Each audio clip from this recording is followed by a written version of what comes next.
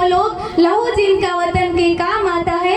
किस कद खुश नसीब होते हैं वो लोग लहू जिनका वतन के काम आता है। नमस्कार, આજના શુભ પ્રસંગે અત્રે ઉપસ્થિત માનનીય સરપંચ શ્રી, ગામમાંથી વધારેલ વડીલો, ગ્રામજનો, માતાઓ, બહેનો અને શાળાના માનનીય માર્ગદર્શક સાહેબ શ્રી, આદરણીય આચાર્ય શ્રી, પૂજ્ય ગુરુજીઓ તેમજ વહાલા વિદ્યાર્થી મિત્રો, ભાઈઓ અને બહેનો, આજે આપણે જે વિષય પર વાત કરવાની છે, જે વિષય પર ચર્ચા કરવાની છે તે છે આપણા ભારત દેશના ધ રિયલ હીરો, જે જીવે છે તો પણ આપણા દેશ માટે અને બલિદાન આપે છે તો પણ આપણા દેશ માટે.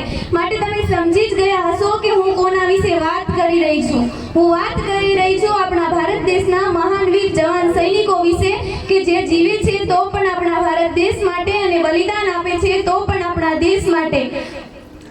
આપણે મારી આ સ્પીચની શરૂઆત કરતા પહેલા મારે તમને બધાને એક જ સવાલ છે કે તમારામાં દેશભક્તિ કેવી છે અને કેટલી છે. શું તમારામાં દેશભક્તિ ખાલી દેખાવ માટે જ છે કે પછી તમારામાં દેશભક્તિ રાજગુરુ ચંદ્રશેખર આઝાદ અને સુભાષચંદ્ર બોઝ જેવી છે કે જેમણે સૂત્ર આપ્યું હતું, તુમ મુझे खून दो मैं तुम्हें आजादी दूंगा. સાહેબ, આ છે દેશભક્તિ અને આનું નામ કહેવાય દેશભક્તિ. જ્યારે દેશભક્તિની વાતો કરી રહ્યા હોઈએ ત્યારે હું તમને એક પ્રસંગ સંભળાવવા તો જરૂરથી માંગીશ કે એક વખત જર્મનીના હિટલરે આપણા ભારત દેશના હોકીના જાદુગર તરીકે ઓળખાતા મેજર ધ્યાનચંદને ત્યાં બોલાવી અને કહ્યું કે શું આપ્યું છે તને તારા ભારત દેશે, તું આવી જા જર્મની, હું તને એર ચીફ માર્શલ બનાવી દઈશ. અરે સાહેબ, તે વખતે વાત આપણા દેશ પર આવી ગઈ હતી અને મેજર ધ્યાનચંદે તેમને જવાબ આપતા કહ્યું કે જર્મની મને આગળ લઈ જાય એ મારા માટે જરૂરી નથી, પણ હું મારા દેશને આગળ લઈ જાઉં એ મારા માટે જરૂરી છે. તો સાહેબ, આ છે દેશભક્તિ અને આને કહેવાય સાચી એક દેશભક્તિ.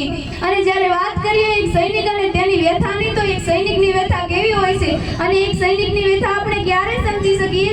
એક સૈનિકની વ્યથા આપણે ત્યારે જ સમજી શકીએ કે જ્યારે આપણે પણ એક સૈનિક હોઈએ. તો આપણે માની લઈએ કે આપણે એક સૈનિક છીએ, બોર્ડર પર લડી રહ્યા છીએ, જ્યાં -15 ડિગ્રી તાપમાન છે. કાલે તમારે ઘરે જવાનું છે, હેડ ઓફિસરે તમને ચિઠ્ઠી આપી દીધી છે અને તમારા ઘરના બધા સભ્યો તમારી રાહ જુએ છે અને ખુશ છે.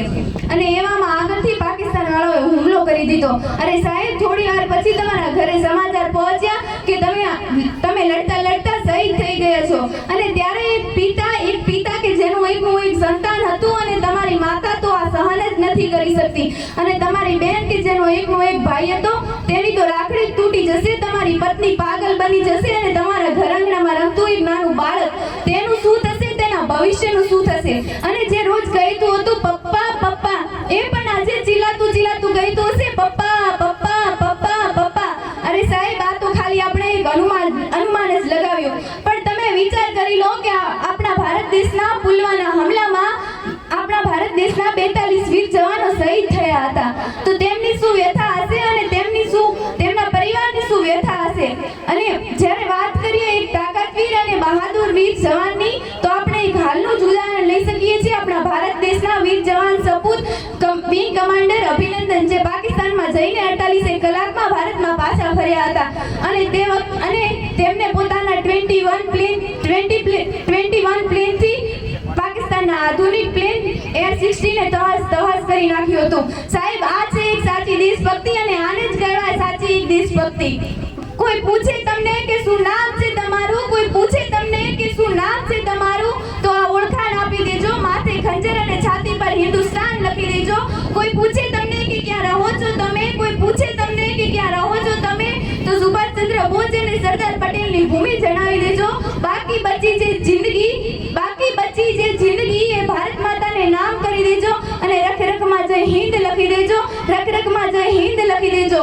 અંતે હું એટલું જ કહીશ, कुछ नशा ये तिरंगे की आन का है, कुछ नशा ये तिरंगे की शान का है, कुछ नशा ये तिरंगे की आन का है, कुछ नशा ये तिरंगे की शान का है.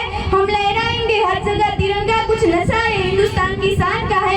हम लहराएंगे हर जगह तिरंगा, कुछ नशा ये हिंदुस्तान की शान का है. बस अस्तु. जय हिंद, जय भारत, जय गरवी गुजरात.